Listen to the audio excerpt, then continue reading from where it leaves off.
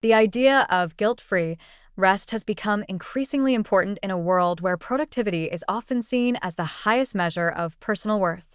Many people struggle to nap or even sit still without feeling anxious, unproductive, or irresponsible, as if every moment not spent working or achieving something is wasted. This mindset is deeply psychological, shaped by cultural expectations, personal beliefs, upbringing, and internal pressures. Understanding why guilt arises around something as natural as rest, and learning how to redefine rest as essential self-care, can transform not only one's relationship with napping but also one's broader sense of balance, well-being, and self-compassion. One major reason people feel guilty about resting is the pressure to constantly perform. Modern society celebrates busyness, hustle, and visible productivity, often sending the message that success comes from non-stop effort. For students, this pressure may come from academic expectations, competition, or parental influence. For working adults, it may stem from workplace culture, fear of falling behind, or the belief that rest is synonymous with weakness. When someone internalizes these messages, even a short nap can feel like a failure, a moment when they should have been doing something more valuable. This guilt develops not because rest is harmful, but because the mind has been trained to treat stillness as an obstacle instead of a need. Another psychological factor is perfectionism. People who hold themselves to extremely high standards often feel uncomfortable stopping, even when exhausted. They may believe that taking a break means they are not trying hard enough, or that they must earn rest only after completing everything on their to-do list.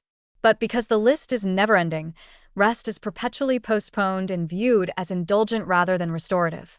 In this mindset, guilt becomes a natural response to self-care, as if care must be justified rather than embraced. Past experiences also shape how people view rest.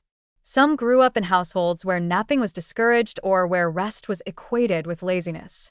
Others may have been praised only when they were achieving or staying active. Over time, these early messages become subconscious beliefs that follow individuals into adulthood, influencing how they treat their own well-being. Even if they logically understand that rest is healthy, their emotional response may still carry traces of old expectations, making it hard to relax without discomfort.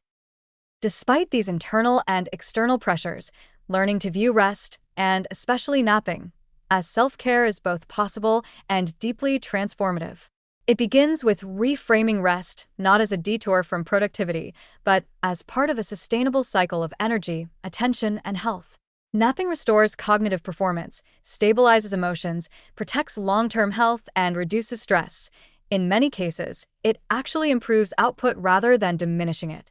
When people recognize that the brain works best when given breaks, the guilt surrounding rest starts to soften. Rest becomes a wise, strategic choice rather than something to hide or justify. Another key step is understanding that rest is a biological need, not a moral choice. The body is wired for cycles of alertness and fatigue, and ignoring these rhythms only leads to burnout, irritability, and physical decline. A nap can stabilize hormones, lower blood pressure, reduce mental overload, and create space for emotional reset. In this light, rest is not selfish. It is a supportive act that strengthens one's ability to show up fully for work, relationships, and personal responsibilities. Practicing guilt-free rest often involves setting intentional boundaries as well.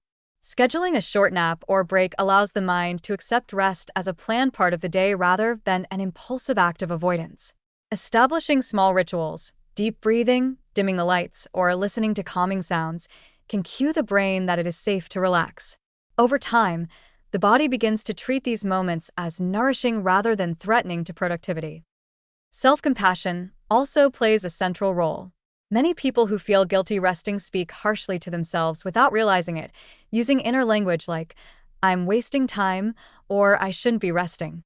Challenging these thoughts by replacing them with reminders like, "Rest helps me function better," or "My body deserves care," builds a healthier internal dialogue that supports emotional well-being.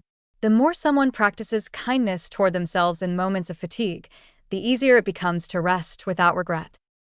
Ultimately, guilt-free rest is about reclaiming balance in a world that often demands more than the human body and mind can sustainably give. By understanding the psychological roots of guilt, reframing beliefs about productivity, and embracing rest as an essential form of self-care, individuals can transform napping into a positive, empowering practice. Instead of viewing rest as a weakness, they learn to see it as a source of clarity, resilience, and strength, an investment in both present well-being and long-term vitality.